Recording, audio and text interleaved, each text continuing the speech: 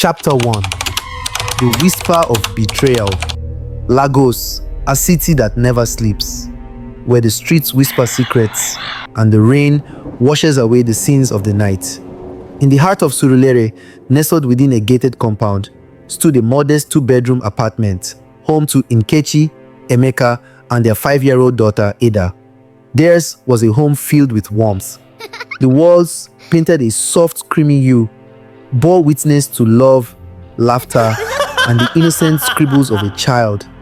Family photos adorned every corner, their smiles frozen in time, hiding the cracks that had begun to form beneath the surface. Nkechi was strikingly beautiful, radiant in her early 30s. Her ebony skin glowed even under the dim light of their small sitting room. A woman of grace and strength, her braided hair was always neatly styled, and her presence turned heads wherever she went. She was a woman of faith, a woman who loved fiercely, and a woman whose heart was slowly being consumed by doubt. Her husband, Emeka, once the charming, ambitious man she fell in love with, was no longer the same. His eyes, once filled with dreams, now carried shadows she could not understand. His touch, once warm and reassuring, had grown distant. And then, the whispers began. Late at night, Nkechi would awaken to the sound of Emeka talking in his sleep. Low, eerie mumblings that sent shivers down her spine. Words she couldn't quite make out. Conversations with someone or something unseen. At first, she told herself it was stress, the long nights at work, the exhaustion. But deep in her soul, she knew something was terribly wrong. That evening, as the rain drummed against their windows, the family sat together.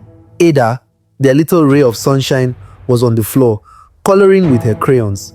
Emeka, stretched out on the couch, stared blankly at the TV. Nkechi sat by the window, sipping tea, watching the storm outside, watching her marriage slip through her fingers like raindrops on glass. Then Emeka spoke with forced enthusiasm, calling Nkechi over to watch a comedy show. His laughter sounded unnatural, an attempt to bridge the growing distance between them. Nkechi turned to him with a small smile, willing herself to believe in this moment. She joined him on the couch, leaning into his warmth, pretending, just for tonight, that everything was okay. But even as she sat beside him, she could feel the invisible wall between them, the weight of unspoken secrets pressing in around them. Later that night, when the whispers returned, her fear deepened. She watched as Emeka's face contorted in his sleep, his lips moving rapidly in anxious murmurs. His words were broken but laced with urgency. He spoke of something not yet ready, something he couldn't do. Nkechi's heart pounded as she gently shook him awake. His eyes shot open, wild and unfocused, before he quickly turned away, dismissing her conseil with a muttered instruction for her to go back to sleep. The next morning, Emeka left early, pressing a kiss to Nkechi's forehead before heading out. His smile was tight, as if last night had never happened. Nkechi nodded, watching him leave, the unease in her heart growing heavier. That afternoon, as she cleaned the house, Ada's soft voice broke through the silence. The little girl, playing with her dolls, asked why her father talked to himself at night. Nkechi froze, her hands pausing mid-swipe on the dining table. When she asked Ada what she meant, the child simply shrugged and recounted how she had heard Emeka speaking in the kitchen, his voice upset, his words about a meeting and money. The weight in Nkechi's chest deepened. It could have been work stress, but the unease in her daughter's innocent observation made it harder to dismiss. Later that evening, as Nkechi tidied up the living room, her eyes landed on a crumpled piece of paper beneath the couch.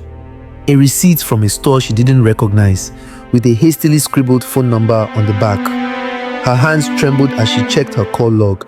Emeka had used her phone to dial this number. Her pulse quickened as she pressed call. A woman's voice answered, smooth, casual. She spoke with familiarity, addressing the caller as baby and asking if he had thought about it yet. Nkechi's breath caught in her throat. Then, in the background, something even more chilling. A low, rhythmic chant. The sound was unlike anything she had ever heard before. It was eerie, otherworldly, like a ritual in progress. A sudden sharpness entered the woman's tone as she called out for Emeka, her voice breaking through the sinister hum of chanting. Nkechi's grip tightened around the phone before she quickly ended the call, her entire body trembling. Fear curled around her like a living thing. Who was this woman? What was Emeka involved in, and why? Did those eerie chants fill her with an unspeakable dread?